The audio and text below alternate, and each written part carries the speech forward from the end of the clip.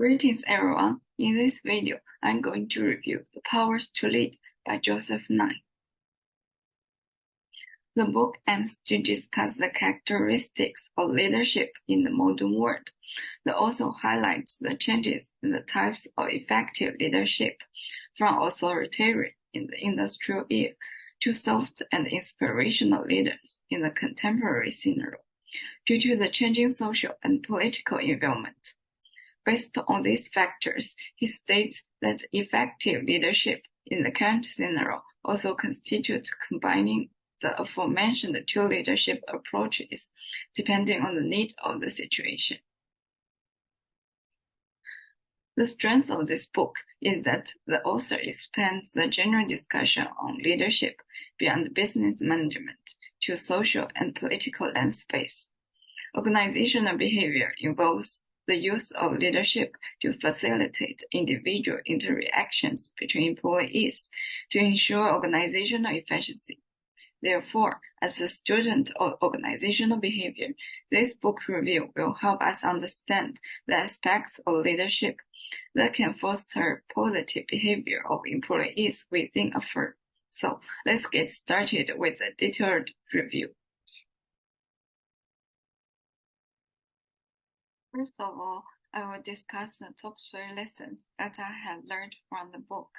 The first lesson is that effective leadership depends on the situation and can be learned through theoretical understanding and practice. This challenges the popular belief that leaders are born. That, as a student of management, we can grasp an understanding of leadership through historical examples, case studies, and analytical approaches. We can then apply this understanding to practice to learn from experience and gradually become effective leaders. The next learning I received from the book is that the success of a leader might vary as per the context posed to them. This is evident from the example of past U.S. President Lyndon B. Johnson, who was effective in managing the centers but was inadequate in managing foreign policy. This poses a contradictory notion to the existing practice of historical leaders being judged based on their most popular success or failure. Thus, it can be stated that leaders who can adapt their styles to fit the situation can sustain their effectiveness for longer durations. And the next lesson from the book is that creating a culture of communicating information is crucial for the effectiveness of a leader.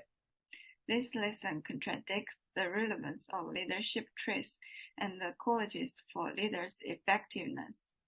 This means that leaders with good leadership qualities may fail in their objective if there is an inadequate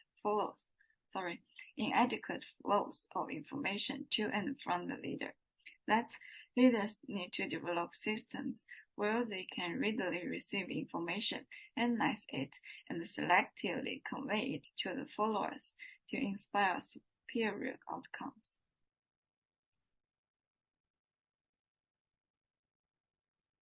Furthermore, I will critique 2 ideas from the book. The first idea is increase in popularity of soft power like charisma or persuasion skills in comparison to hard authoritarian leadership approaches.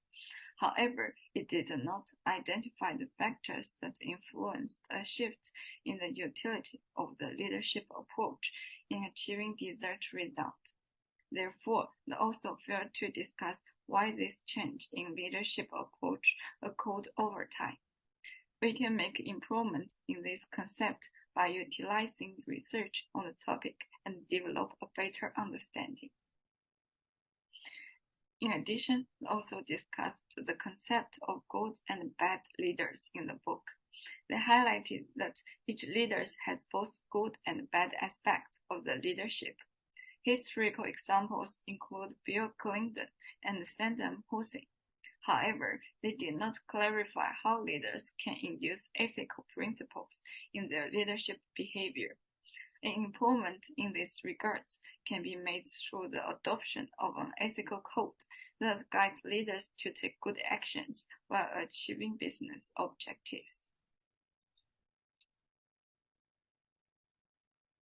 Finally, I will give 3 practical recommendations to understand and develop effective leadership skills for personal and professional development. Firstly, we should be flexible in our approach to adapt to the situation at hand. Secondly, we should ensure a controlled flow of information to assist in our decision-making and guide the followers. This can be done by analyzing what information needs to be forwarded to the employees. Thirdly, if we lack leadership qualities, we can indulge in experimental learning through practice to become effective leaders. I hope this video helped in enhancing our understanding of leadership. Thank you.